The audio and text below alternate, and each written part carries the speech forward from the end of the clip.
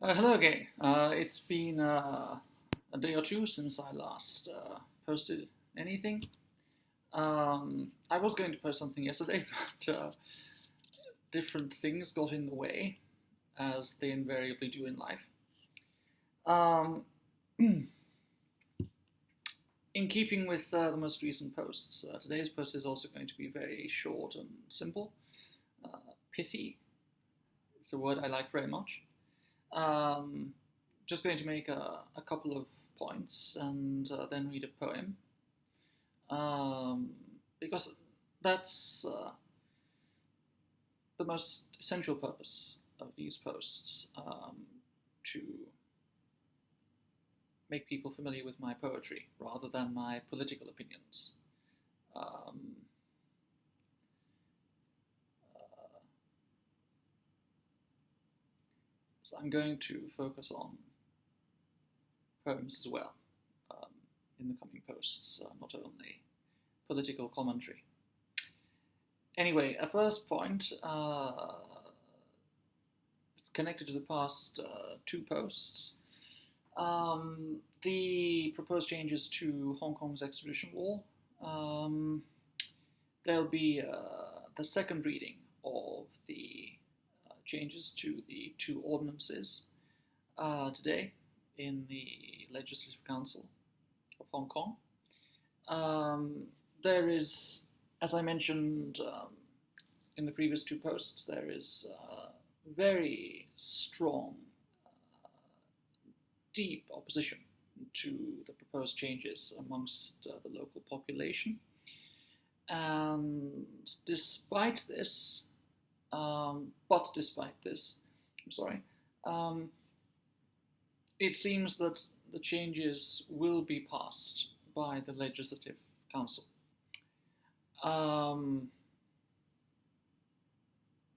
Which is unfortunate, as I've mentioned already.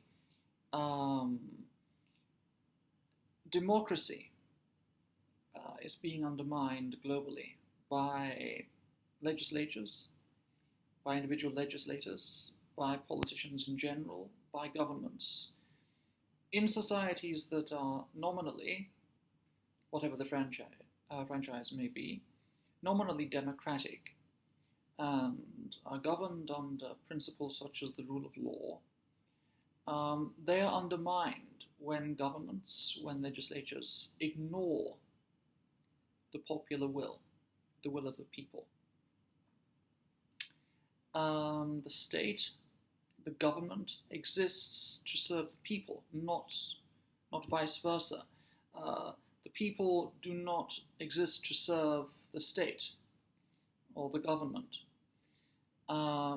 There is a social contract, there is an agreement, albeit unwritten, but it is tacit. Sometimes it's explicit, between the governed and the governors, between the people and the government. There is a social contract, an agreement, stating what the understanding is between the governed and the governors. To what extent does the government have power over its citizens, and to what extent and how is this power to be exercised? It's unfortunate that the Legislative Council of Hong Kong and Carrie Lam in particular have taken a position that is so stridently opposed to popular opinion, to popular will. And as I've said, they delegitimize themselves in behaving in this way, in following a course of action that is so deeply, diametrically opposed by the people themselves.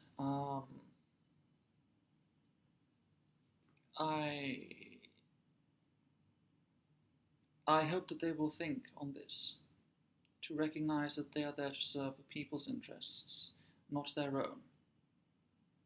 That they are there to protect the people that they claim to represent, not to limit, to curtail, or to damage, or to harm the rights that citizens enjoy.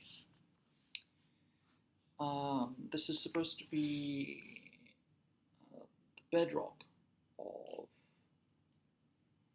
a society that operates under the rule of law, that men, human beings, do not rule arbitrarily, that they rule according to law. And law can often be taken to mean the whole of civil society, not only the writ of the law, but the institutions that govern civil society and that inform civil society, such as a free press and an independent judiciary. These principles are guaranteed under the one country, two systems principle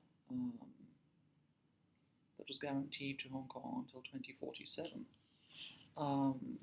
I remind members of LegCo and the Hong Kong government to bear these things in mind. Anyway, we'll see what happens there. We'll be able to judge this quite soon, I think, depending upon the outcome of the second reading. So let's see what happens. Moving on to another topic, which is also political, but not restricted to Hong Kong. British politics, which was the subject of the original posts. This time not the Conservative Party and not the government, this time the Labour Party. I'm not a Corbynite, I'm not a Corbynista, I'm not a Marxist, I'm not a Leninist, I'm not a socialist as such. Like any educated individual raised in a free society, in a liberal democracy, I am naturally inclined towards some form of social democracy. On many issues, in fact, I agree with Jeremy Corbyn. There are some issues that I don't. What I profoundly disagree with is Jeremy Corbyn's leadership of the Labour Party and his leadership style. It's come to light that there was a meeting of the Parliamentary Labour Party on Monday evening at which Jeremy Corbyn's leadership of the Labour Party was very roundly criticised by a variety of MPs on different wings of the party. I don't know why this is. I don't know why it is that parties of the left, they always fall into this trap of the cult of the leader, the cult of personality. Jeremy Corbyn is a man. He's a politician. He's a member of parliament. He's a legislator. He isn't some sort of saintly, angelic figure to be worshipped, to be venerated, to be idolized, as he has been by so many in the Labour Party and the broader movement and momentum. Whether this is a result of the misinterpretation of Marxism that began under Lenin, under Stalin, and in every society that has adopted impure forms of Marxism, I don't know.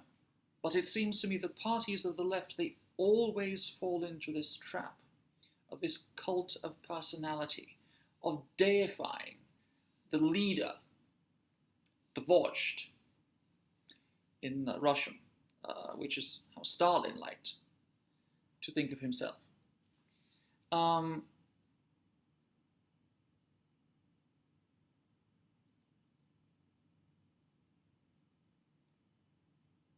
This is not the way for any political party to be led. Jeremy Corbyn, like any individual, is only a human being. He is not to be idolized. He is not to be worshipped. He's not to be permitted to get away with wrongdoing or with mismanagement, which is exactly what has happened on a variety of issues, whether it be sexism, whether it be anti-Semitism, whether it be the party's incomprehensible stance on Brexit, trying to see which way the wind is blowing, essentially, and follow it, by trying to please all of the people all the time. You please nobody none of the time.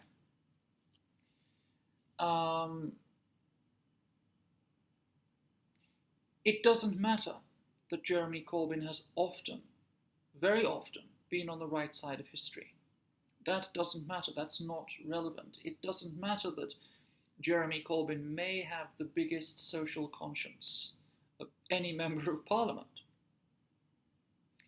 Jeremy Corbyn is a man, like any other, a flawed human being with strengths and weaknesses, but he has been elevated to this cult figure by the Labour Party. He has been indulged. His errors, his mismanagement, the errors in his management style have been allowed to develop by an acquiescent and indulgent party who are so desperate for power at any cost that they will turn a blind eye to these failings. And it's extraordinary to me. It's extraordinary to me that this has to be said, that the British Labour Party is anti-Semitic, or at least it has an institutional problem with anti-Semitism. It is extraordinary to imagine that this has to be said. A social democratic party with such a proud tradition of standing up for the downtrodden, for every section of society, for acting in the best interests of every single person, regardless of their origins, their creed, their colour, is anti-Semitic, or at least has a very serious institutional issue with anti-Semitism. It's extraordinary to me. I find it incredible. And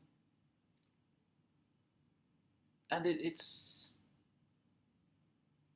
despicable. In fact, it's despicable that it's been swept under the carpet so often, virtually ignored, as though, oh my God, we're people on the left. We can't be anti-Semitic. We can't be guilty of any bias or prejudice. Self-righteous fools, that's what you are.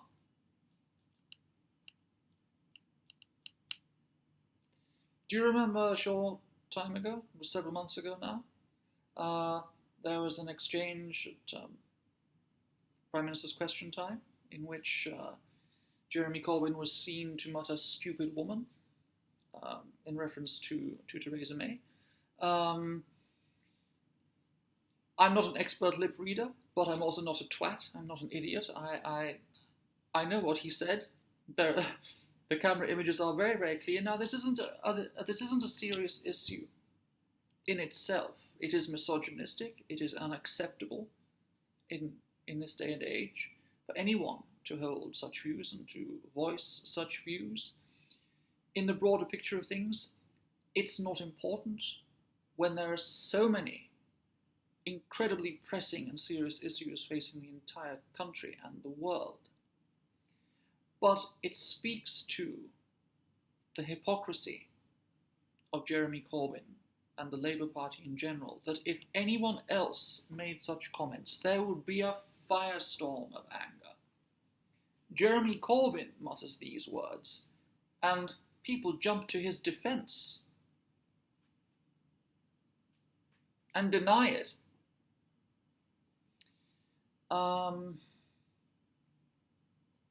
Such people are not fit for office. They are not fit to hold public office. They are not fit for government. The system has to be based on honesty. It has to be based on openness and transparency. It has to be based on holding those in power to account, not upon ignoring things that we find unpalatable and sweeping them under the carpet and making excuses. This is not the basis of a democratic, open, and free system. And it certainly should not be the basis on which the Labour Party operates. You should look to yourselves as much as members of other legislatures should. Okay, I'm going to step down off my soapbox for a while now.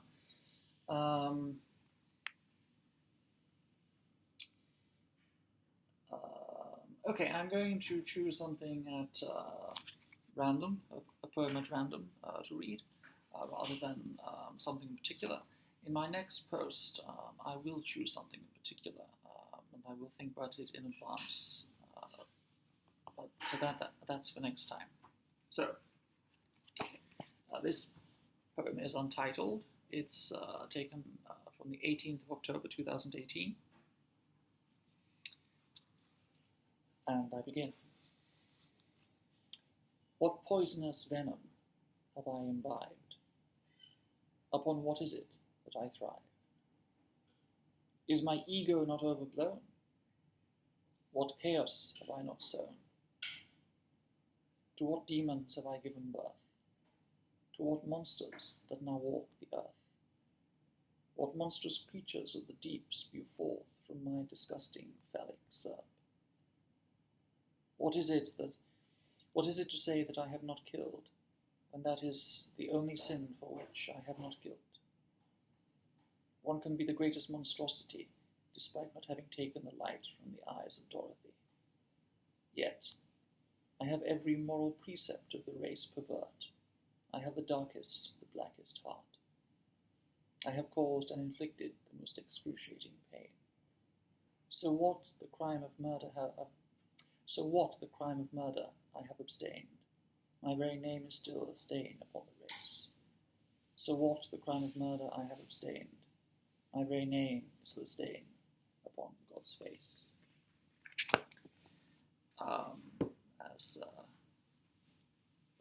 As you understand, it's a very self-critical piece.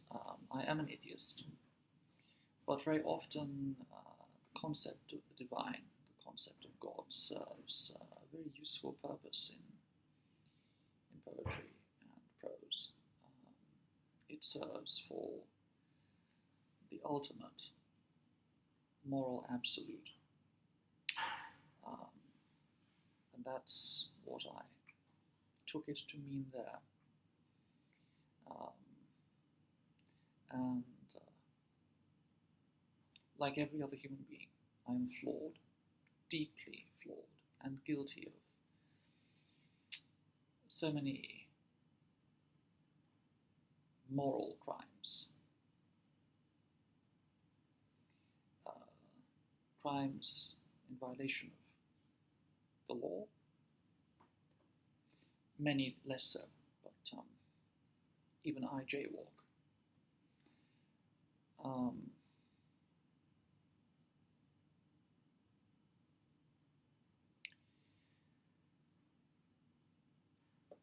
So a very self-critical, short but profound and self-critical piece, taken at random.